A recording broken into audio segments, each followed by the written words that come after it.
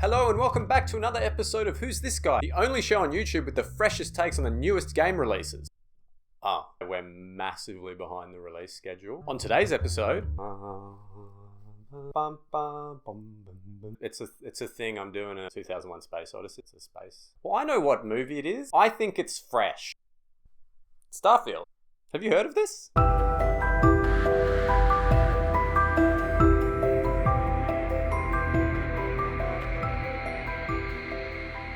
I took a couple of cheeky little jabs at Starfield during my Forza 2023 review. This tree sucks, Todd. So I guess it's time to explain myself and why Starfield is indeed sitting in my 2023 bucket of disappointment along with our friend here. I love Bethesda games. Fallout 3, Oblivion, Skyrim. There's a real saucy mix here of exploration, progression, interesting storytelling, and let's be real, kinda shitty but serviceable, good enough combat. I didn't even hate Fallout 76 because there was still enough of these elements here to overlook some of the astoundingly horrid design decisions that went into this game. No NPCs in your game series, which is primarily based around interacting with NPCs. That sounds like a great idea, Todd. Now, at this point, Starfield has been dissected to death, and I'm not here to fuck around with old information. I think this game has one completely irreparable, unfixable flaw that for me ruins everything. And that's what I really want to focus on. So let's get the cheap shots out of the way with a quick fire round of Sam Starfield hoorays and boos. Let's do it. Hooray! This game is a big motherfucker. If you're looking for boatloads of content that you can play for the next decade or so, step right up. Boo. A lot of that content's pretty dull. One of the very first quests in this game was like, would you like to flick a bunch of switches and then very slowly follow this lady while she doesn't communicate with you at all? Hooray! In terms of Bethesda games, this is a big step up visually. Traditionally, Bethesda interiors look like total garbage, and they've definitely improved these materials and the lighting, which can sometimes make these interiors look legitimately spooky and atmospheric. You also get some occasional moments outside now too that look really good thanks to some nifty weather. Boo, this game still looks way behind its competitors, and it runs at 30 FPS on console. Hooray, the game has heaps of locations. Boo, there's nothing on these planets. How about instead of 1,000 planets with nothing to see or do, you give us like 3 that are packed with detail and points of interest, Todd. Hooray, for a studio so focused on dialogue, we're finally getting to a point where these faces can be looked at for an extended period of time without starting to feel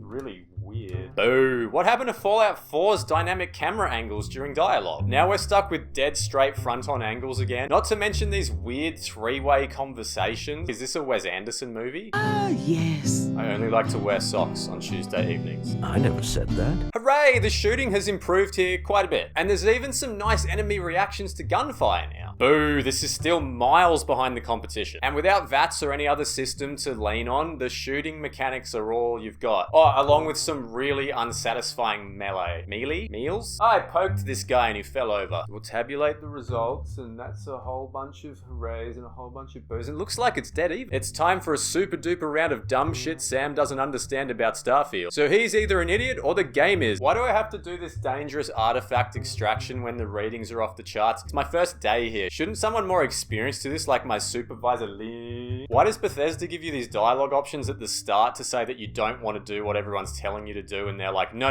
you're doing this? It seems to kind of run counter to the whole ethos presented of this is your universe, play it the way you want, do whatever you want. Why the brown-grey filter on everything? Is this meant to be film grain? Are we really still doing the old, I've got a good feeling about you, kid, even though I've only just met you and I've never seen you do anything or say anything? Does the inventory need to be this way? Fuck, it's cluttered. Can we just get the Assassin's Creed style of like, here's me hats, here's me hand stuff, here's me feet stuff, here's me bashing stuff? Simple. So I've got one big whopping bit of evidence that closes the case here on Starfield. One massive problem that is so fundamental to its design that no amount of improved faces or fancy facades of space travel can overcome. To explain, I need to go back to the magical time once again of the 1990s, when I was not the gangly, strangely, hairily handsome nerd you see in front of you. I was an annoying little shit exploring around the edge of the lake next to the farm that I used to spend a lot of time on growing up. I saw something metallic catch the sunlight from over the other side of the water, and fueled by young curiosity, I made my way around. I even got some athleticism points by jumping heaps along the way unnecessarily. When I finally reached the object, I looked closer and found it was an old metal bathtub. What was this doing here? Who left this here? Who used this bathtub? My mind filled with possibilities. And then there was an old note lying on the ground from Herb saying that he'd just gone out to get some supplies and he'd be back soon. I could find the key to his safe, not far from the bathtub in the water. Okay, that last bit's bullshit, but I I think you get my point. That feeling of mystery and discovery right at the edge of our imagination when we were kids, it's something that I think video games can capture really well, and Bethesda games in particular. Let me use the most maligned Bethesda game in history to demonstrate my point. It's Fallout 76. See, I'm in this valley here and I look up and I go, oh, what's that? Oh, there's a watchtower up there. That's cool. Let's go check that out. So we go,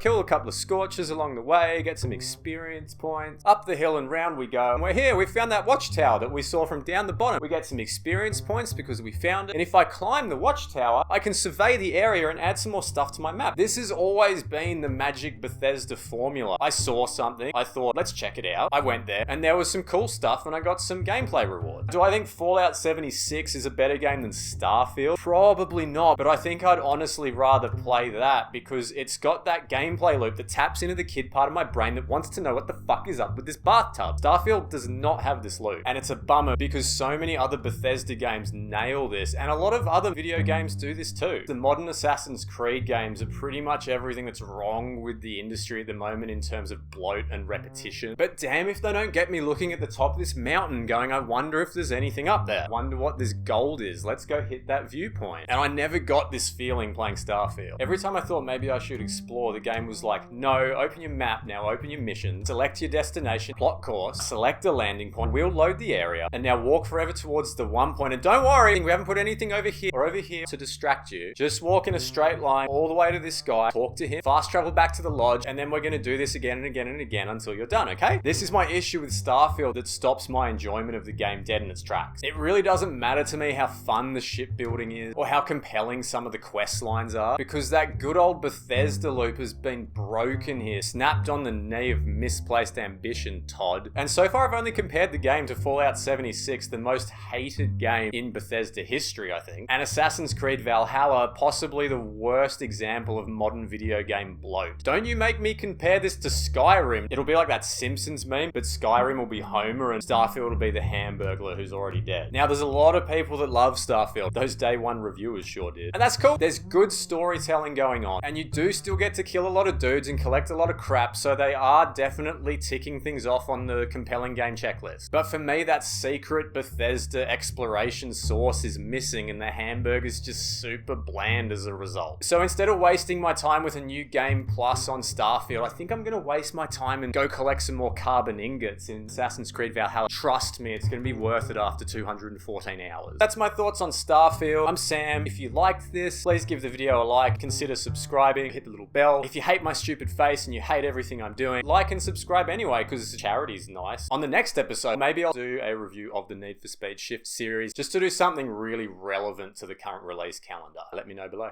Okay, bye!